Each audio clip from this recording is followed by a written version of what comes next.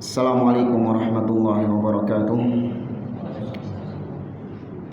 Innal hamdalillah nahmaduhu wa nasta'inuhu wa nastaghfiruh wa na'udzu billahi min shururi anfusina wa min sayyiati a'malina.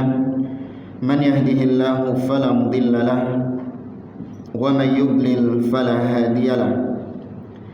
Wa asyhadu an la ilaha illallah wahdahu la syarika lahu wa asyhadu anna Muhammadan abduhu wa rasuluh. Ya ayyuhalladzina amanu taqullaha haqqa tuqatih wa la tamutunna illa wa antum muslimun. Ya ayyuhan nasu taqu rabbakumul ladzi khalaqakum min nafsin wahidah wa khalaqa minha zawjaha wa batha minhuma rijalan katsiran wa nisaa'a wattaqullaha alladzi tasaaluna bihi wal arham innallaha kana 'alaikum raqiba. Ya ayyuhalladzina amanu taqullaha wa qulu qawlan sadida yuslih lakum a'malakum wa yaghfir lakum dhunubakum wa may yuti'illaha wa rasulahu faqad faza fawzan 'azima. Amma ba'd, fa inna asdaqal hadithi kitabullah wa khairal hadi hadi Muhammadin sallallahu alaihi wasallam wa syarrul umuri muhdatsatuha wa kullu muhdatsatin bid'ah wa kullu bid'atin dhalalah wa kullu dhalalatin finnar. Ma'asyiral muslimin, ikhwani fillah, rahimani wa rahimakumullah. Kita melanjutkan kembali pembahasan kitab Kasyfus Syubuhat oleh Al-Imam Muhammad bin Abdul Wahhab rahimahullahu taala dengan penjelasan dari Fadilatul Syekh Muhammad bin Shalih Al-Utsaimin rahimahullahu taala. Pada pertemuan sebelumnya kita masih membahas tentang masalah al-udhr bil jahl, permasalahan tentang memberi uzur terhadap orang yang melakukan kekufuran karena ketidaktahuannya. Ahlussunnah wal jamaah, meskipun ada khilaf di antara para ulama, Ahlussunnah menetapkan bahwa al-udhr bil jahl, memberikan uzur kepada orang yang melakukan kekafiran karena ketidaktahuan, itu diberi uzur, itu ditetapkan oleh para ulama-ulama Ahlussunnah dengan dalil-dalil yang ada. Terakhir kemarin kita sampaikan bahwa Ahlussunnah wal jamaah itu tidak gegabah ketika memvonis kafir kepada orang perorangan. Ya, Ahlussunnah tidak gegabah, tidak mengobrol murah stempel kafir kepada orang perorangan karena ada syarat-syaratnya. Ibarat ketika kita menembakkan vonis kafir kepada seseorang, maka peluru yang kita tembakkan itu tidak akan terkena kepada orang yang kita tuju kecuali apabila tembok-tembok yang menghalanginya itu sudah tidak ada, baru dia kena vonis kafir kita. Tapi kalau selama ada tembok-tembok penghalang, maka vonis kafir kita kepada orang tersebut itu tidak akan mengenai dirinya. Nah, apa saja tembok-tembok yang menghalangi seseorang divonis kafir? Yang pertama adalah al-ikhtiyar, yaitu dia melakukan perbuatan kekufuran itu atau mengucapkan ucapan kekufuran itu karena pilihannya sendiri, tidak ada yang memaksa. Artinya, berarti kalau ada yang memaksa, maka itu tidak sampai pada kekafiran.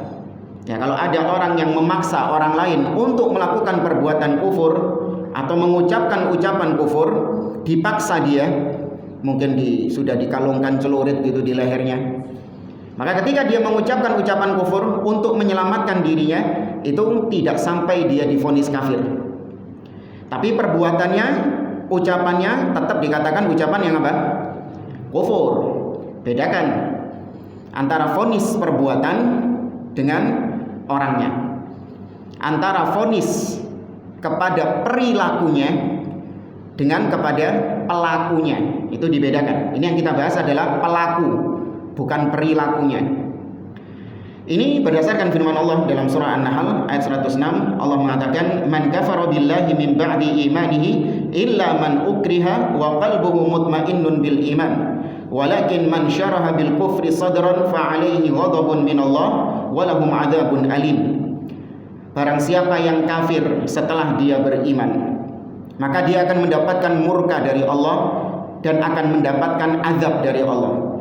kecuali orang-orang yang dipaksa tapi hatinya masih tetap beriman. Para ulama khilaf tentang turunnya ayat ini. Namun yang rajih, ayat ini turun berkaitan dengan peristiwa yang dialami oleh sahabat Ammar ibn Yasir radhiyallahu anhu ketika dia dipaksa oleh orang-orang musyrikin Quraisy untuk mengucapkan kalimat-kalimat yang kufur, mencela Allah, mencela Nabi SAW. Akhirnya diucapkan oleh Ammar bin Yasir karena takut dibunuh oleh Abu Jahal CS. Karena orang tuanya yaitu Yasir dan Sumayyah itu sudah dibunuh oleh Abu Jahal CS. Maka dia khawatir. Maka dia mengucapkan ucapan tersebut dan dia pun menangis. Datang kepada Nabi SAW. Kemudian Nabi bertanya kepada dia, "Kaifa tajidu qalbak?" Wahai Ammar, bagaimana kau mendapati hatimu ketika kau mengucapkan ucapan itu? Hatimu itu bagaimana? Ammar mengatakan, "Ajidu qalbi munsyarihan bil iman." Aku dapati hatiku masih lapang dengan keimanan. Fa'adzarahu Nabi SAW. Maka Nabi pun memberi uzur kepada Mu'adz. Bahkan beliau mengatakan, "In a'adu fa'ud." Kalau nanti kau digituin lagi sama orang-orang musyrikin, ya ulangi lagi, nggak apa-apa. Bahkan disuruh mengulangi lagi. Kalau kau dipaksa oleh mereka untuk mengucapkan ucapan yang kufur, mencela Allah, mencela Nabi, kalau kau dipaksa, balenono maneh kayak gitu. Selama hatimu masih beriman. Ini disepakati oleh para ulama tentang adanya uzur ketika dipaksa, nggak boleh dikafirkan. Kemudian yang kedua yaitu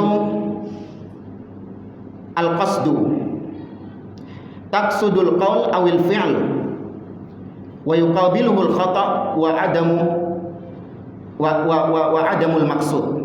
Yang kedua, syarat seseorang itu divonis kafir yaitu manakala dia melakukan perbuatan kekufuran itu atau mengucapkan ucapan kufur itu memang tujuannya untuk mengucapkan itu, bukan karena keteledoran, bukan karena kekeliruan, bukan. Tapi memang dia sengaja untuk melakukan perbuatan tersebut. Memang dimaksudkan.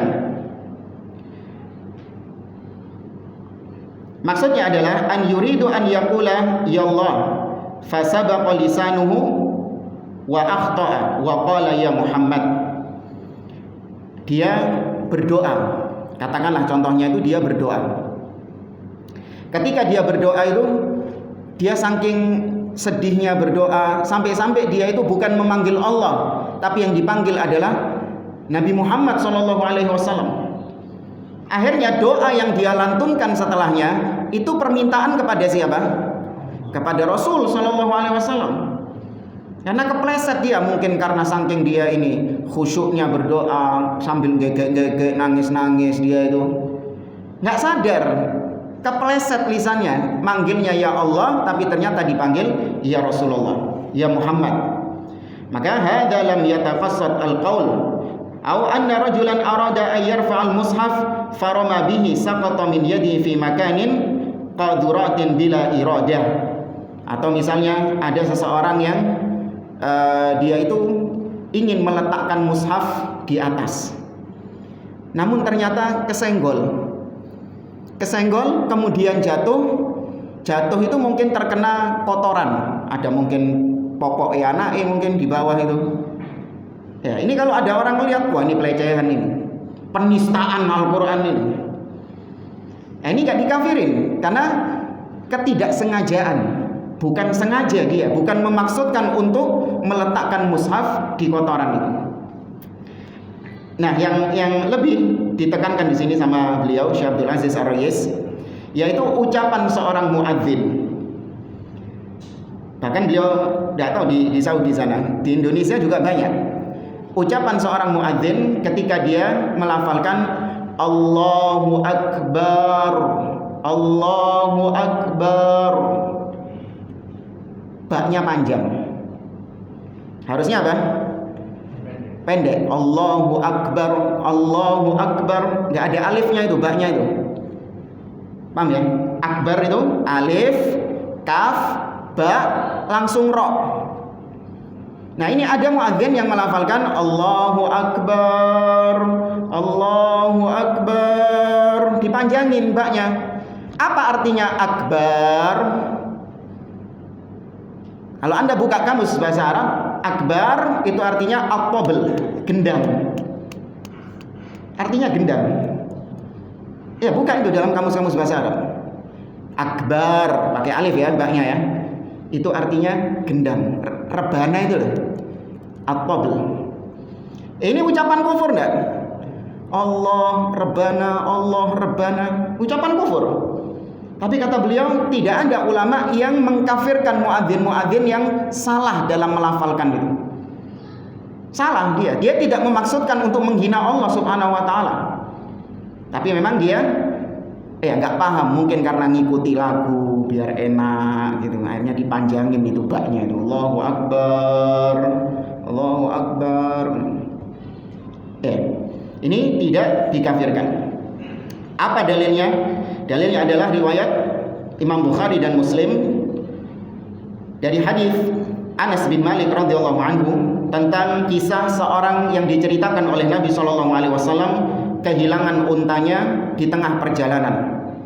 Dia putus asa, dia cari ke sana kemari, akhirnya dia istirahat ya di bawah pohon. Kemudian setelah dia terbangun, dia dapati unta beserta perbekalannya ada di hadapan dia. Kemudian karena gembiranya orang ini, dia mengatakan, Allahumma anta abdi wa ana rabbuk. Ya Allah, kau adalah hambaku dan aku adalah Rabbmu. Ini kufur. Jelas ucapannya ucapan yang kufur, tapi tidak divonis kafir.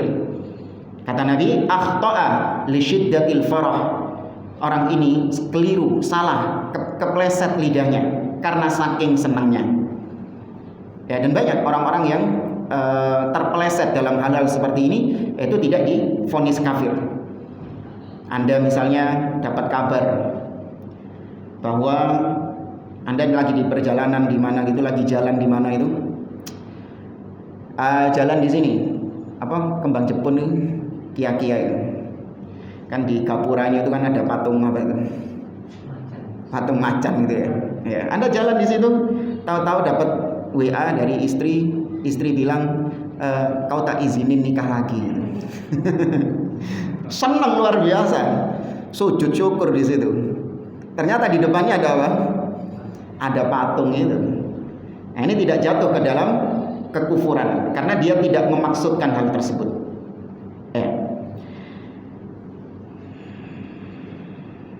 Kemudian di sini beliau mengatakan, masih poin yang kedua ya, tidak memaksudkan untuk melakukan hal tersebut. Hunaka farqun kabir baina qaulil qail la yukaffar ahadun hatta yuridul kufra au hatta yataqassad al kufr. Harus dibedakan antara dua istilah, kata beliau. Bedakan antara ucapan yang pertama, yaitu tidak boleh mengkafirkan seseorang sampai dia itu mengucapkan ucapan dia menginginkan ucapan itu adalah ucapan kufur, dia menginginkan kekufuran. Sama ucapan yang kedua, yaitu dia mengucapkan ucapan tersebut karena ketidaktahuannya terhadap kekufuran. Jadi ada yang mengucapkan memang pingin kafir, ada yang mengucapkan ucapan kufur, dia itu memang pingin kafir. Yang diinginkan sama dia ini adalah kekafiran. Tapi ada orang yang mengucapkan ucapan kufur, dia tidak menginginkan kekafiran. Itu perlu dibedakan. Fa inna hadza khata' wa huwa qaulul Jahmiyah. Ya, ini ucapan Jahmiyah. Wa lazimu hadzal qaul anna iblis la yukaffar fa inna iblis lam yuridil kufra wa lam yataqassadil kufra. Kalau memang kata mereka, kita ini nggak boleh ngafirin orang, kecuali kalau orang itu memang tujuannya mengucapkan itu, tujuannya adalah untuk kekafiran. Memang niatnya dia itu mengucapkan itu supaya dia kafir, nah itu baru boleh dikafirin. Tapi kalau dia itu nggak pengen kafir, ya jangan dikafirin. Meskipun perbuatannya jelas-jelas kafir, tapi kalau dia itu nggak pengen kafir, maka jangan dikafirin katanya. Ini kalau kayak gitu dibenarkan, berarti iblis itu tidak kafir. Karena iblis ketika mengatakan kepada Allah, ana khairun minhu khalaqtani min nar wa khalaqtahu min tin. Ya Allah, aku lebih baik daripada Adam. Kau ciptakan aku dari api dan Adam kau ciptakan dari tanah. Iblis ketika mengucapkan itu, dia pengen kafir enggak? Tidak. Tapi sama Allah Subhanahu wa taala divonis kafir iblis ini. Karena memang muatannya, ucapannya itu adalah muatan kekufuran. Ya, muatan kekufuran meskipun orangnya nggak pingin kafir. Ya, maka kalau hal ini diterapkan, maka niscaya tidak ada orang yang pengen kafir. Ya, semua orang ya ingin menjadi orang yang beriman. Maka tidak benar. Selama memang dia itu melakukan perbuatan yang kufur dan terpenuhi syarat-syaratnya, maka dia dikafirkan meskipun dia nggak pingin kafir. Kemudian yang ketiga, di antara syarat seseorang divonis kafir adalah at-ta'wilu ghairus sa'il, yaitu syarat seorang itu dikafirkan ketika dia itu mentakwil sesuatu yang tidak benar. Apa itu maksudnya? Kita baca di sini, faman awwala ta'wilan sa'ighan fayamna min takfirihi. Yaitu ketika seseorang mentakwil sesuatu yang masih dalam batas yang wajar, mentakwil ayat atau mentakwil sifat-sifat Allah atau mentakwil dalil-dalil yang masih dalam batas yang wajar, maka dia tidak dikafirkan. Tapi kalau dia mentakwil sesuatu yang tidak bisa ditoleransi, maka dia dikafirkan. Contohnya kata beliau, ma taqaddama dzikruhu fi qissati Qudamah ibn Mad'un al-Badri. Ada seorang sahabat yang bernama Qudamah bin Mad'un al-Badri. Kisah dari Qudamah ini adalah dia itu di zaman kekhalifahan Umar ibn Khattab, dia menganggap bahwa khamr itu diperbolehkan. Ya, dia menganggap khamr itu diperbolehkan selama tidak sampai mabuk. Ya, selama tidak sampai mabuk. Perbuatan dia menghalalkan khamr itu perbuatan kufur. Tapi sama para sahabat ketika itu, bahkan Umar ibn Khattab, dia tidak dikafirkan. Kenapa? Karena dia mentakwil hadis-hadis tentang larangan khamr, ditakwil sama dia, dipahami sendiri sama dia. Oh, ini berarti maksudnya yang dilarang itu kalau sampai mabuk. Tapi kalau sampai nggak mabuk, maka kalau batasan yang wajar maka nggak apa-apa. Maka yang seperti ini tidak dikafirkan, tapi tetap perbuatannya salah. Tapi yang kita bicarakan di sini adalah dia tidak dikafirkan karena takwilnya itu ya masih dalam batas yang bisa ditoleransi. Seperti orang-orang yang mentakwil sifat-sifat Allah dari kalangan Asy'ariyah atau dari kalangan Maturidiyah, itu tidak dikafirkan oleh para ulama. Karena takwil mereka itu masih takwil yang dalam batas yang wajar, tapi tetap disalahkan. Nggak benar itu kalau kayak gitu itu. Tapi tidak dikafirkan. Kemudian syarat yang keempat, seorang itu bisa divonis kafir, yaitu ketika orang tersebut mengucapkan ucapan kufur karena dia atas dasar dia sudah tahu kalau itu adalah perbuatan kufur. Dia sudah mengetahui kalau apa yang dia ucapkan itu adalah ucapan yang kufur. Manakala dia tidak mengetahui kalau itu adalah perbuatan kufur, maka tidak divonis kafir. Ya, dalilnya banyak di sini. Di antaranya kisah Mu'adz bin Jabal yang sujud kepada Nabi SAW. Padahal sepakat haramnya atau syiriknya, kufurnya seseorang yang sujud kepada selain Allah, termasuk kepada Rasul SAW, tidak layak untuk diberikan sujud. Tapi Mu'adz tidak dikafirkan oleh Nabi. Nabi mengatakan, "Lau kuntu amiran ahadan an yasjuda li ahadin ghairallah la amartul mar'ah an tasjuda li zawjiha li'azamati haqqihi." Andai kata boleh aku perintahkan kepada seseorang untuk sujud kepada manusia, sujud kepada selain Allah, maka pasti yang aku perintahkan adalah istri-istri untuk sujud kepada suaminya karena besarnya hak suami. Tapi ternyata tetap gak boleh. Tapi yang jadi masalah di sini yang kita titik beratkan, Mu'adz nggak dikafirkan sama Nabi. Demikian juga hadis yang diriwayatkan oleh Abu Waqid Al-Laitsi tentang kisah sebagian sahabat yang ikut perang Hunain bersama Nabi SAW. Ketika perjalanan menuju perang Hunain, sebagian sahabat ini masih baru anget-angetnya masuk Islam, masih baru-baru masuk Islam, sehingga ketika itu mereka nggak paham mana yang tauhid, mana yang syirik. Dengan polosnya tiba-tiba mereka mengatakan kepada Nabi, "Ya Rasulullah, ij'al lana dzata anwat kama lahum dzatu anwat." Wahai Rasulullah, buatkan untuk kami pohon keramat sebagaimana orang-orang musyrikin itu punya pohon keramat. Jadi orang musyrik itu punya pohon keramat. Kalau mau perang, senjatanya digantungkan di pohon itu. Nah, menenek digawe sakti senjatanya. Artinya mereka ngalap berkah di pohon itu. Kalau diinepno pohon senjatanya itu akan mendapatkan keberkahan dari pohon tersebut. Syirik bukan? Syirik jelas. Tapi Nabi nggak mengkafirkan sahabat-sahabat itu.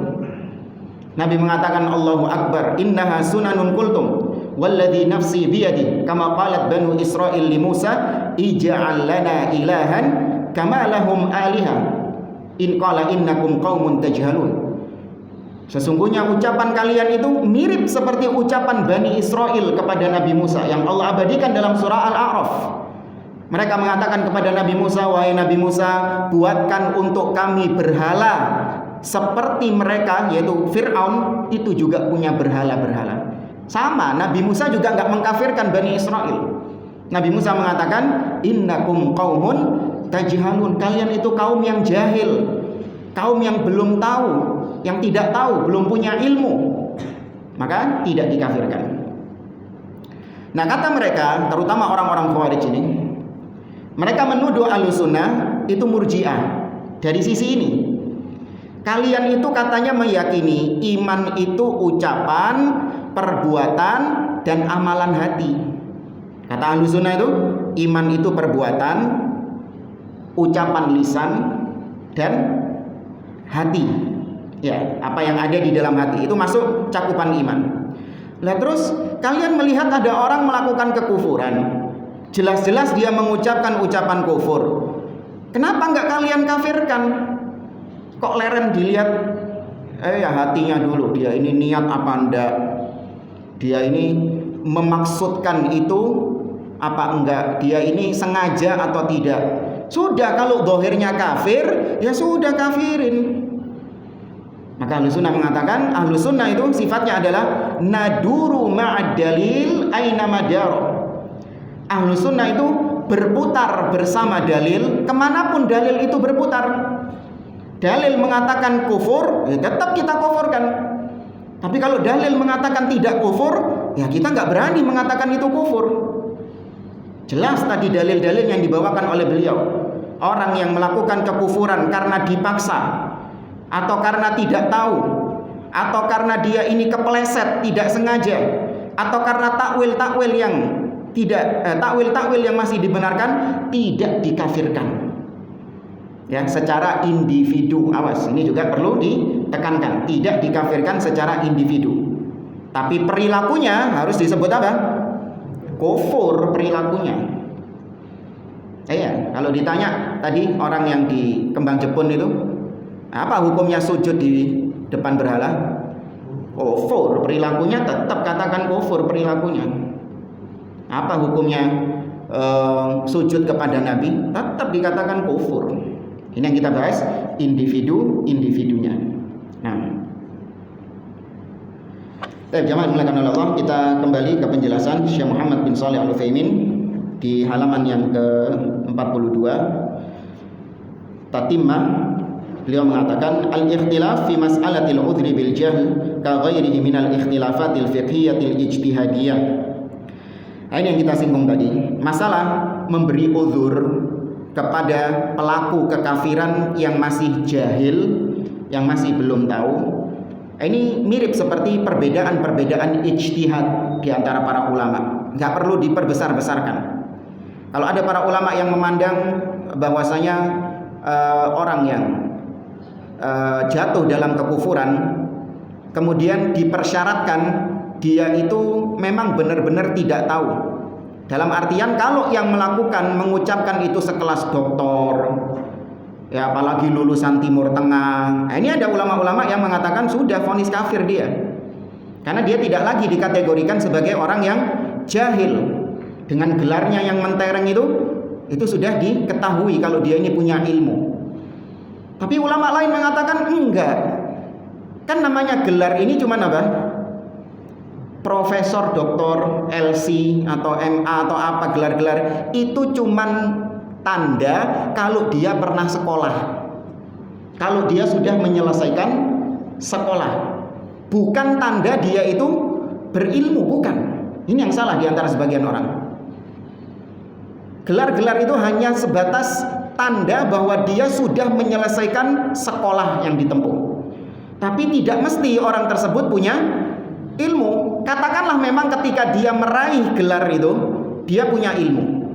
Tapi namanya ilmu itu kalau nggak dimurojaah, kemana ilmunya? Hilang ilmunya. Sama seperti orang ketika dapat gelar hafid. Ada orang-orang dapat gelar hafid, hafal Quran.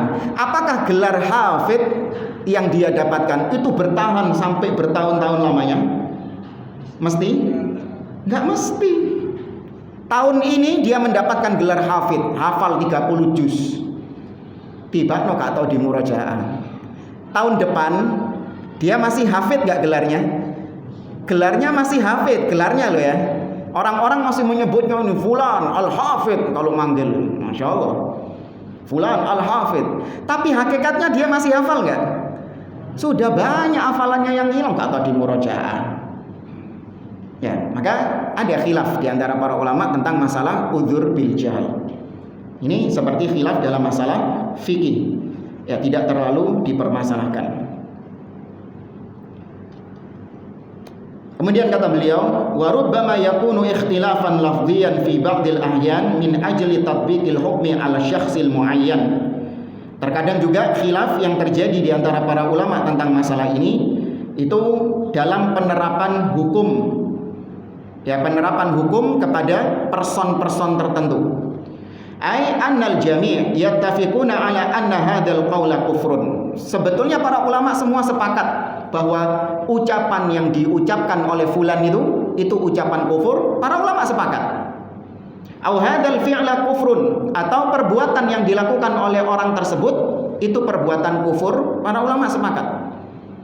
Ya, doa-doa minta kesembuhan, minta rizki kepada mayit, kepada wali-wali keramat, para ulama sepakat itu kekufuran.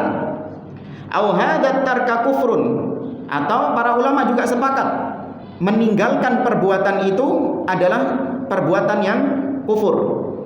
Ya, seperti meninggalkan sholat, ya, atau meninggalkan zakat di antara para ulama itu dikafirkan oleh para ulama. Walakin hal yasduqul hukmu ala hadha syakhsil muayyan li qiyamil muqtadi fi haqqihi wa intifa'il mani aw la yantabiqu li fawati ba'dil muqtadayati aw wujudi ba'dil mawani' wa dzalika anna al jahla bil mukaffir ala naw'ain. Meskipun para ulama sepakat perilakunya itu kafir, tapi orang perorangannya itu ini yang khilaf di antara para ulama. Di antara mereka ada yang mempersyaratkan dengan persyaratan-persyaratan seperti yang kita sebut tadi. Ada yang menambah persyaratannya, seperti yang belum kita sebut, orang yang dikafirkan itu dia itu bukan orang yang gila. Karena kalau orang gila nggak berlaku hukum kafir dan iman bagi dia. Dia mau sholat 5 waktu dapat pahala nggak? Nggak dapat. Dia mau baca Quran mulai Al-Fatihah sampai An-Nas, balik Al-Fatihah lagi, dapat pahala nggak? Tidak. Nah, demikian juga orang yang gila ketika melakukan kekufuran, nginjok mushaf, dikafirkan nggak?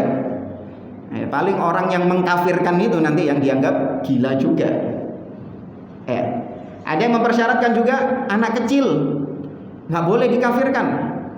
Jelas. Atau orang yang tidur, ya, orang yang tertidur, ketika dia tidur itu dia ngelendur mengucapkan ucapan-ucapan yang kufur. Ngelendur, ngigau, lagi tidur mencela Allah, mencela Rasulnya, tangi-tangi aja dikafirno. Ente kafir ini. Lho kok iso? Iya kan mang turu itu mengatakan Muhammad kadzab, ya mengatakan Islam ini agama yang enggak benar begini. Al-Qur'an itu isinya dusta semuanya. Inti syahadat lagi. Kafir inti. Loh enggak, itu tidur itu. Ya. Ada ulama-ulama yang mempersyaratkan lebih daripada itu. Karena kata beliau, ketidaktahuan seseorang terhadap perbuatan kufur itu ada dua macamnya. Ya, ketidaktahuan seseorang terhadap perbuatan kufur itu ada dua macamnya. Al-awwal an yakuna min syakhsin yadinu bi ghairil Islam aw la yadinu bi syai' wa lam yakun yakhdiru bi balihi anna dinan yukhalifu ma huwa alayhi fa hadha tajri alayhi ahkamul zahiri fid dunya wa amma fil akhirah fa amruhu ila Allah taala. Kondisi yang pertama yaitu ada seseorang yang dia beragama bukan dengan agama Islam, atau dia tidak beragama sama sekali. Akan tetapi orang ini dia itu tidak tahu, tidak pernah terbetik di dalam hatinya, tidak pernah terbetik dalam akalnya kalau ada agama lain yang lebih baik atau lebih benar daripada agama yang dia anut sekarang. Contoh orang-orang yang ada di hutan, mereka menganut agama, kepercayaan mereka. Mereka tidak tersentuh Islam. Selama ini yang mereka yakini, yang paling benar adalah apa yang mereka yakini, apa yang mereka jalani itu. Seandainya mereka ditawari dengan Islam, nah ini mungkin bisa jadi mereka lebih memilih kepada Islam. Nah, orang yang seperti ini kita katakan orang ini kafir atau mukmin? Orang yang tinggal di hutan-hutan itu kafir. Jangan bilang Ustadz kan belum tersentuh dakwah kok dikafirkan. Duh, kafir kok. Karena dia menerapkan syariat enggak? Tidak menerapkan syariat ini. Lu sing nggak koteka lho, Pak. Di mana? Di Papua, hidupnya di hutan-hutan, sudah tidak tersentuh dakwah. Katakanlah mereka itu nggak pernah didatangi sama ustadz, diajak masuk Islam, dijelaskan Islam itu apa, sudah nggak pernah mereka. Nggak ada informasi, TV nggak punya, apalagi internet. Mereka menerapkan syariat Islam nggak dalam kehidupannya? Tidak meyakini akidah Islam, maka ya kafir mereka. Kita vonis mereka di dunia kafir. Wa amma fil akhirah, adapun di akhirat maka itu dikembalikan kepada Allah. Wal qaulur rajih annahu yumtahan fil akhirah. Dan pendapat yang kuat dia itu diuji di akhirat nanti. Orang-orang seperti ini diuji. Ini hukumnya sama seperti orang-orang yang terjadi di zaman apa? Zaman fatrah. Ya, masa kekosongan Nabi SAW 6 abad muka bumi tidak diutus Nabi. Sejak diangkatnya Nabi Isa sampai diutusnya Nabi Muhammad SAW 6 abad muka bumi kosong dari Nabi dan Rasul. Biasanya mesti ada Nabi dan Rasul yang di atas muka bumi, tapi 6 abad ini kosong. Baik, maka orang-orang yang hidup di zaman tersebut yang tidak didatangi Nabi, tidak didakwai oleh Nabi untuk masuk Islam, mereka dikatakan kafir atau mukmin? Kafir. Karena mereka tidak menerapkan syariat Islam. Yang muslim di zaman fatrah itu justru orang-orang ahlul kitab yang menerapkan syariat Nabi terakhir yang diutus kepada mereka. Itu yang muslim, ahlul kitab itu. Seperti siapa misalnya? Waraqah ibn Naufal. Ya, Waraqah bin Naufal. Siapa Waraqah bin Naufal?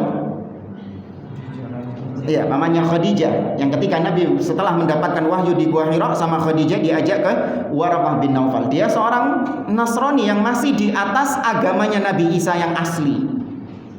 Iya, masih di atas agamanya Nabi Isa yang asli. Berarti kan dia hidup di zaman fatrah. Dia tetap dikatakan oleh para ulama muslim. Ya. Tapi dia tidak termasuk sahabat Nabi. Karena dia wafat sebelum Nabi diangkat jadi rasul. Dia tidak dikategorikan sahabat Nabi. Nah, ini orang-orang yang kata beliau kalau dia meninggal di akhirat dia diuji sama Allah Subhanahu wa taala. Kemudian kata beliau, lakinnana na'lam annahu la yadkhulan nar illa bidzanbin liqaulihi ta'ala wa la yadhlimu rabbuka ahada. Yang kita ketahui adalah Allah tidak akan mengazab seseorang tanpa adanya dosa di orang tersebut. Kalau memang dia belum tersentuh dakwah, belum tersentuh dakwah, maka sejatinya secara asal dia nggak berdosa. Meskipun dia statusnya kafir, tapi dia tetap tidak berdosa. Nah, nanti ketika di akhirat dia diuji sama Allah. Kalau memang dia taat ketika itu, maka dia dimasukkan ke dalam surga. Namun kalau dia tidak taat, maka memang dia ini cocok masuk neraka. Maksudnya apa? Seandainya dulu dia masih hidup di dunia, disentuh dakwah, tetap dia menerima dakwah atau enggak? Tidak menerima. Jadi tidak merubah keadaan yang ada di akhirat. Ustaz, ini orang kok kesian banget diuji sama Allah, di akhirat gagal masuk neraka. Tuh, kalau di dunia sama hukumnya juga kayak gitu. Paham ya?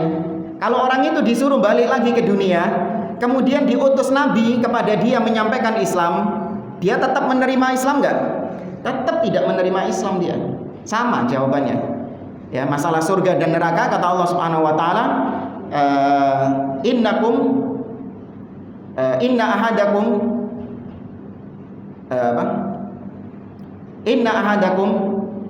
qad kataballahu maq'adahu minan nari aw minal jannah. Sesungguhnya salah seorang di antara kalian sudah ditetapkan tempat duduknya di surga atau di neraka. Sudah ditetapkan semuanya. Baik dia masuk neraka karena memang di dunia dia amalannya buruk, atau dia masuk neraka karena di akhirat dia gagal diuji sama Allah Subhanahu wa taala. Itu sudah ditetapkan.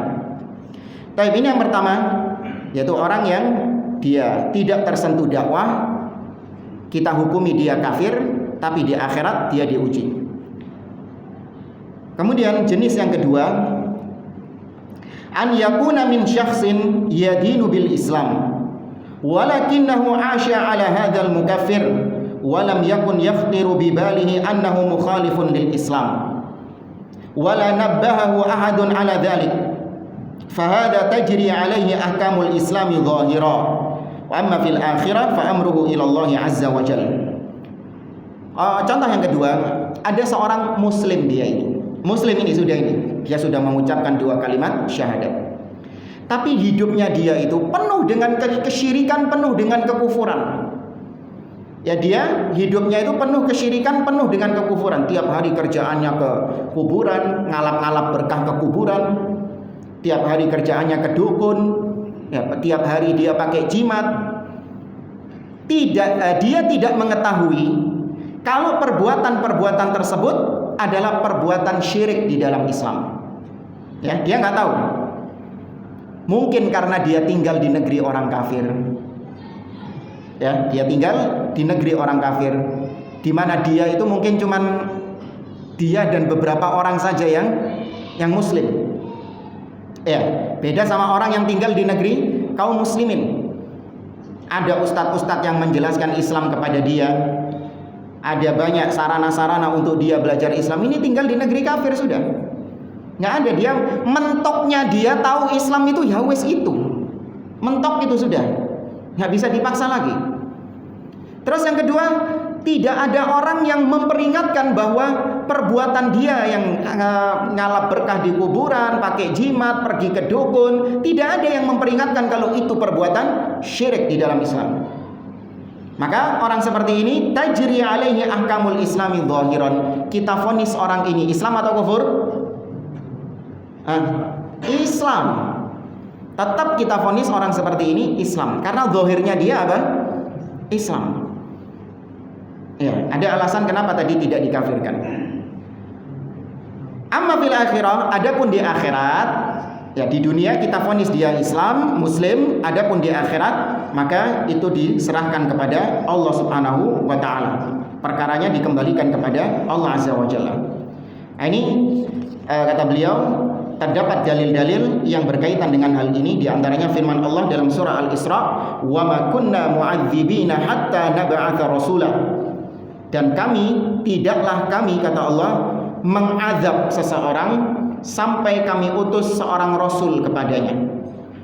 Ya, kami tidak akan mengadab seseorang sampai kami utus seorang rasul atau orang yang bertugas dengan tugasnya rasul, meskipun dia bukan rasul.